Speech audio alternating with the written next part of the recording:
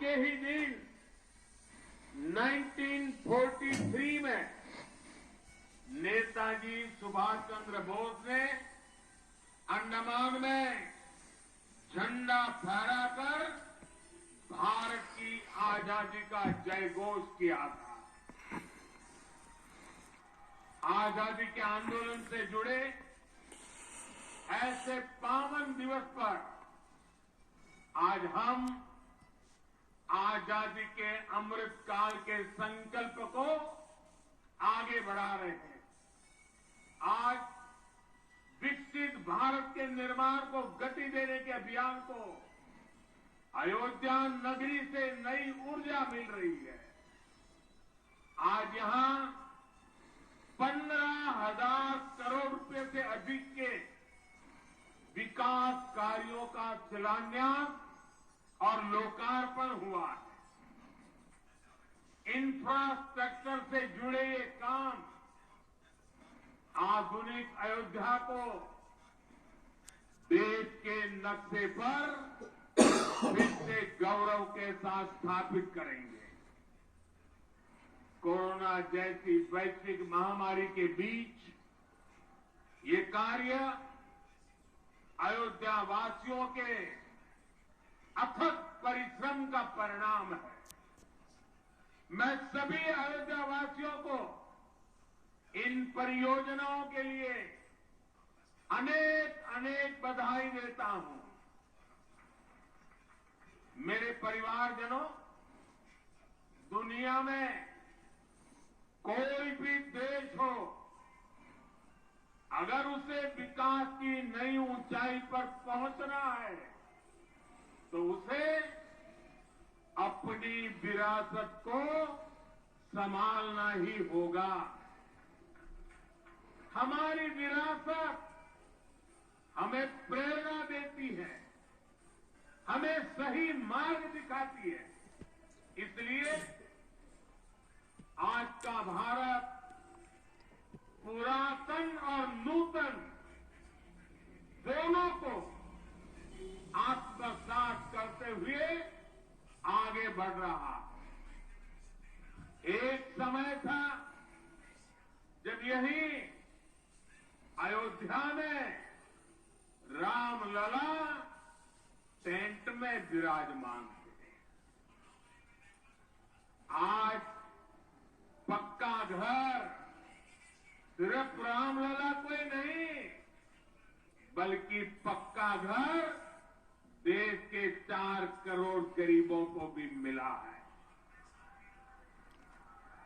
आज भारत अपने तीर्थों को भी संवार रहा है, तो वहीं डिजिटल टेक्नोलॉजी की दुनिया में भी हमारा देश छाया हुआ है। आज भारत काशी विश्वनाथ धाम के पुनर्निर्माण के साथ ही देश में 30,000 से ज्यादा पंचायत भवन भी बनवा रहा है। आज देश में सिर्फ केदार धाम का पुनरुद्धार ही नहीं हुआ है, बल्कि 315 से ज्यादा नए मेडिकल कॉलेज भी बने हैं।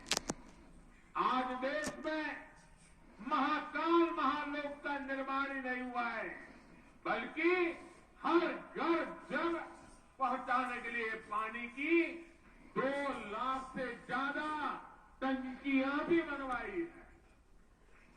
हम चांद, सूरज और समुद्र की गहराइयों को भी नाप रहे हैं, तो अपनी पौराणिक मूर्तियों को भी रिकॉर्ड संख्या में भारत वापस ला रहे हैं। आज के भारत का मिजाज यहां अयोध्या में स्पष्ट दिखता है। आज यहां प्रगति का उत्सव है, तो कुछ दिन बाद यहां परंपरा का उत्सव भी होगा। आज यहां विकास की भव्यता दिख रही है, तो कुछ दिनों बाद यहां विरासत की भव्यता और दिव्यता दिखने वाली है। यही तो भारत है। विकास इतिहास और विरासत की यही साझा ताकत भारत को 21वीं सदी में सबसे आगे ले जाएगी। मेरे परिवारजनों, प्राचीन काल में अयोध्या नगरी कैसी थी, इसका वर्णन खुद महर्षि वाल्मीकि जी ने विस्तार से किया है। उन्होंने लिखा है, कोसलो नाम मुदितः स्थितो जनपदो महान निविष्ट सरयू तीरे प्रभु धन धान्यवान। अर्थात वाल्मीकि जी बताते हैं कि महान अयोध्यापुरी धन धान्य से परिपूर्ण थी, समृद्धि के शिखर पर थी और आनंद से भरी हुई थी। यानी अयोध्या में विज्ञान और वैराग्य तो था ही, उसका वैभव भी शिखर पर था।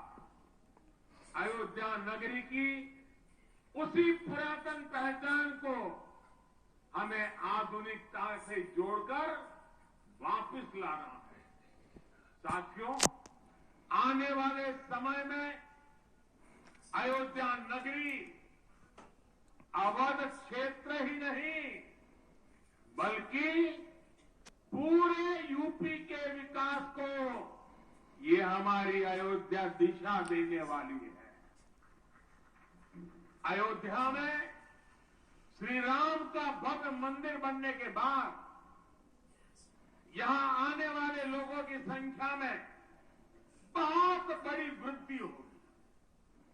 इसे ध्यान में रखते हुए हमारी सरकार अयोध्या में हजारों करोड़ रुपयों के विकास कार्य करा रही है। अयोध्या को स्मार्ट बना रही है।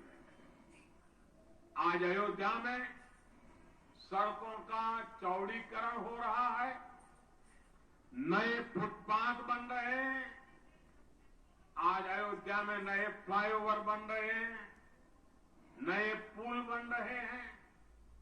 अयोध्या को आसपास के जिलों से जोड़ने के लिए भी यातायात के साधनों को सुधारा जा रहा है। साथियों, आज मुझे अयोध्या धाम एयरपोर्ट और अयोध्या धाम रेलवे स्टेशन का लोकार्पण करने का सौभाग्य मिला है। मुझे खुशी है कि अयोध्या एयरपोर्ट का नाम महर्षि वाल्मीकि के नाम पर रखा गया है।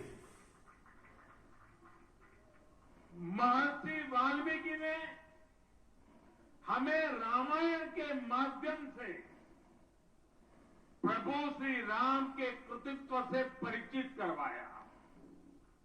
महर्षि वाल्मीकि के लिए प्रभु श्री राम ने कहा था, तुम त्रिकालदर्शी मुनिनाथा, तुम त्रिकालदर्शी मुनिनाथा, विश्व बदर जिमी तुमरे हाथा। अर्थात हे मुनिनाथ, आप त्रिकालदर्शी हैं, संपूर्ण विश्व आपके लिए हथेली पर रखे हुए बेर के समान है। ऐसे त्रिकालदर्शी महर्षि वाल्मीकि जी के नाम पर अयोध्या धाम एयरपोर्ट का नाम इस एयरपोर्ट पे आने वाले हर यात्री को धन्य करेगा। महर्षि वाल्मीकि द्वारा रचित रामायण वो ज्ञान मार्ग है जो हमें प्रभु श्री राम से जोड़ती है। आधुनिक भारत में महर्षि वाल्मीकि इंटरनेशनल एयरपोर्ट अयोध्या धाम हमें दिव्य भव्य नव्य राम मंदिर से जोड़ेगा। जो ये नया एयरपोर्ट बना है, उसकी क्षमता हर साल 10 लाख यात्रियों को सेवा करने की क्षमता है।